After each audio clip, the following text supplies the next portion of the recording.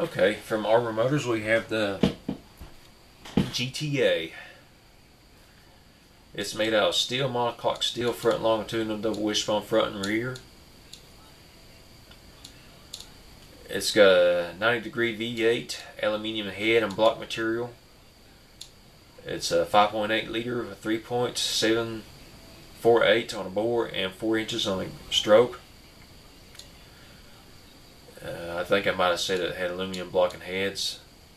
It's VDL, or 387 horsepower, 349 foot-pound torque. Got an engine reliability of 64.3. Well, you know I didn't burp. I burped on that every time I got on the screen right here.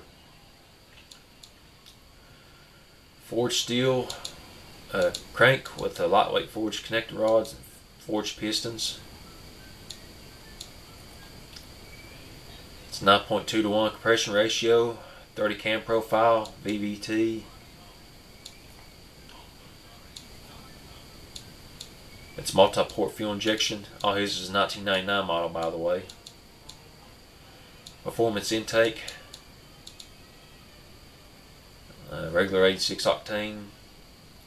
A 14.3 on the fuel mixture, 49 ignition timing, 6,500 RPM rev limiter, plus 3 quality on that. On the fuel. Short cast headers, dual exhaust. High flow 3-way with reverse flow muffler on the second muffler.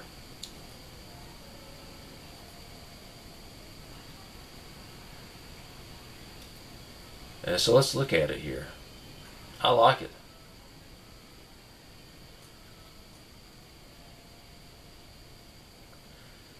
It's even got a shaker on it.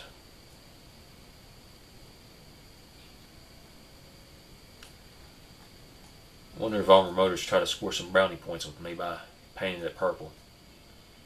It's a funky looking purple. I think it's got some bronze in it or something. I like the back end on this. I like the front too. But man, that's well done.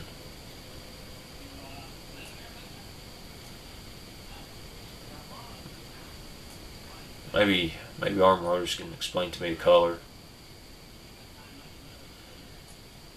I might be able to, but I'm afraid I'm going to mess it up. I might be able to click on the paint here and just kind of like...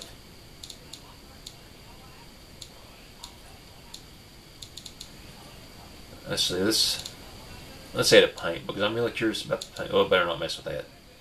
Oh, hold on a second. Advanced paint mode.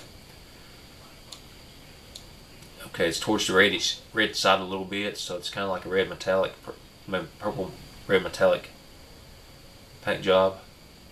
It's a little on the light side and a little bit on the faded side. And I see he went with, okay, I see how he got that color. Interesting.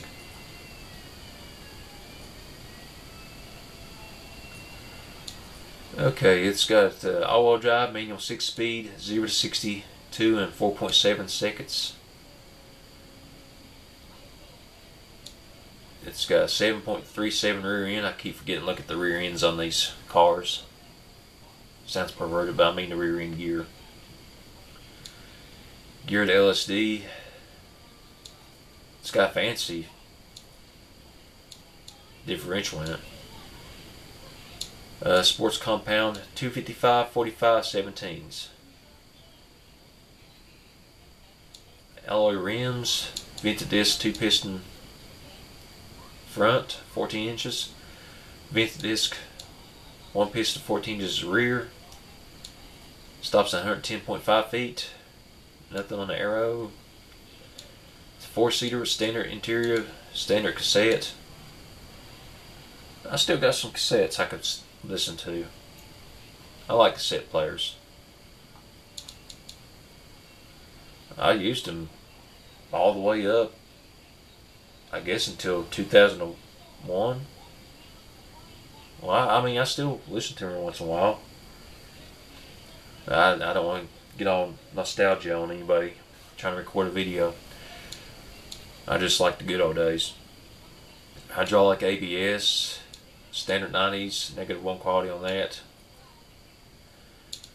Standard springs, twin tube dampeners, passive sway bars. Got 48.2 safety points, 57 bumper warranty, or trim reliability, 18.4 miles per gallon, $33,400. Does a quarter mile in 13.02 seconds. Might as well say 13 flat. 163 miles per hour top speed. Alright. So let's go over the quirks and features of the car, or a score of it. For features, I give it a 5 out of 10. Acceleration, I give it a 8 out of 10. I think I've done that scoring wrong. Let me check something here. This had a basic set, right? Oh, that's right. I think I might have messed up on I did mess up on their score. The Camel Factors and the Prince of All Saints actually got maybe a few extra points, but it's not really going to matter because I done did the scores of the car. It's not going to pass nobody up.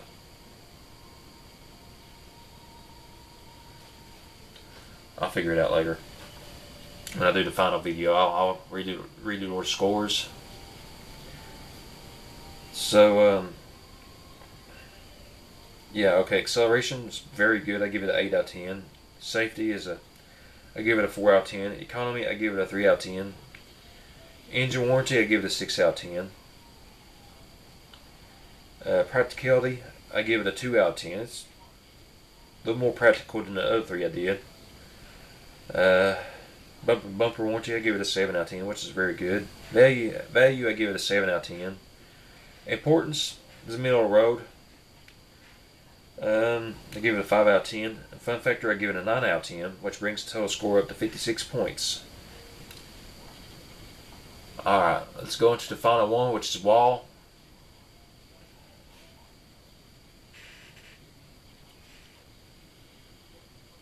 Wall sent me in like a late entry. He broke one rule, but I corrected it for him. It was on the octane.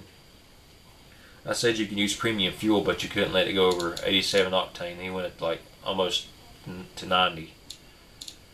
Which, Wall, he does really good, following rules in English, and he's Brazilian, so English isn't his first language. So he does really good, trying to get his cars legal for a challenge. And plus, he probably uses RON instead of, or RON instead of AKI like we use, so he might got confused there. But this is pretty neat. I like the orange accents on this black. This is a 1990 muscle car, and really don't know if I could say this is a muscle car. It looks like a muscle car made it with a supercar and produced this. I like it though. I've liked all the cars. I have to say my favorites is in style is Trent 445 and Armor Motors. This will definitely be third. It's called the Model X Ultimate Edition.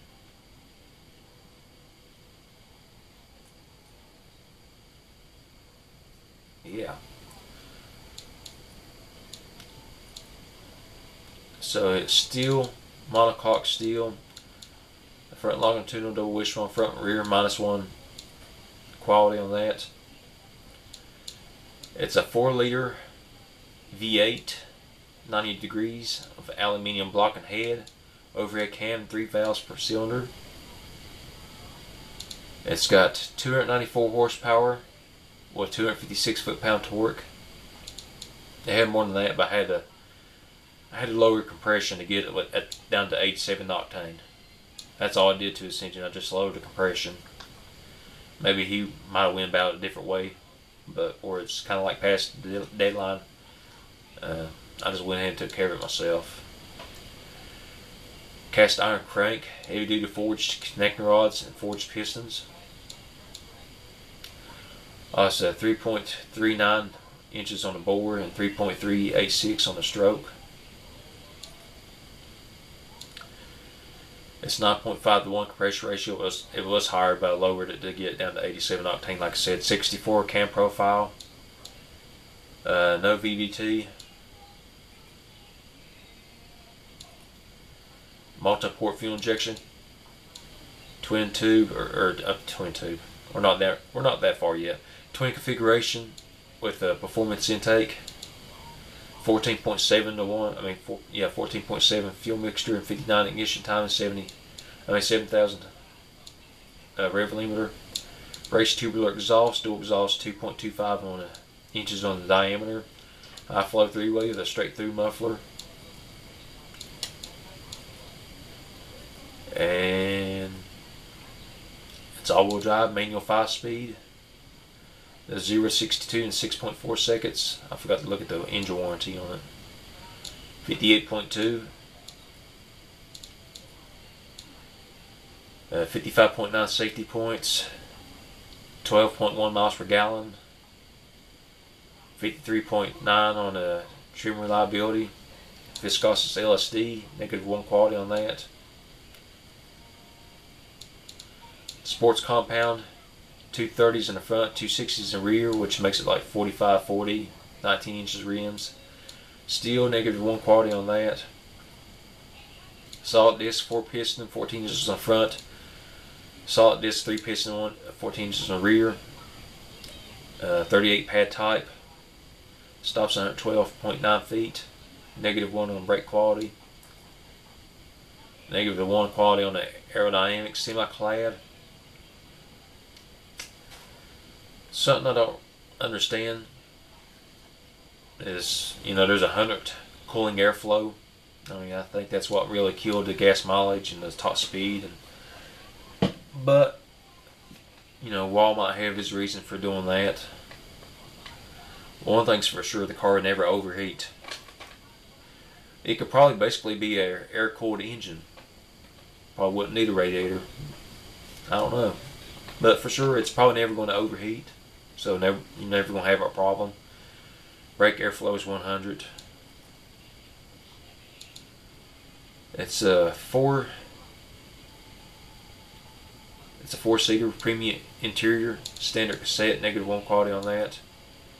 Hydraulic with ABS, -1 quality on that. Advanced 90s safety, -1 quality. Standard springs, gas monotube, passive sway bars. It is $33,500 and does a quarter mile in 14.7 seconds. Top speed is 138 miles per hour. So before we go into the driving video, trying to get a lap time out of these cars, let's go over the categories. Features, I give it a 5 out of 10. Acceleration, I give it a 6 out of 10. It's kind of on the quick side. Safety, I give it a 5 out of 10. Economy, it's a gas hog, I give it a 2 out of 10. Engine warranty, I give it a 5 out of 10. So it's pretty average. Practicality, I give it a 2 out of 10. Bumper warranty, I give it a 6 out of 10. Value, I give it a 7 out of 10. Importance, I give it a 4 out of 10. Fun factor, I give it an 8 out of 10, which is pretty fun. But the total score of 50 points. Alright, let's go into the driving video.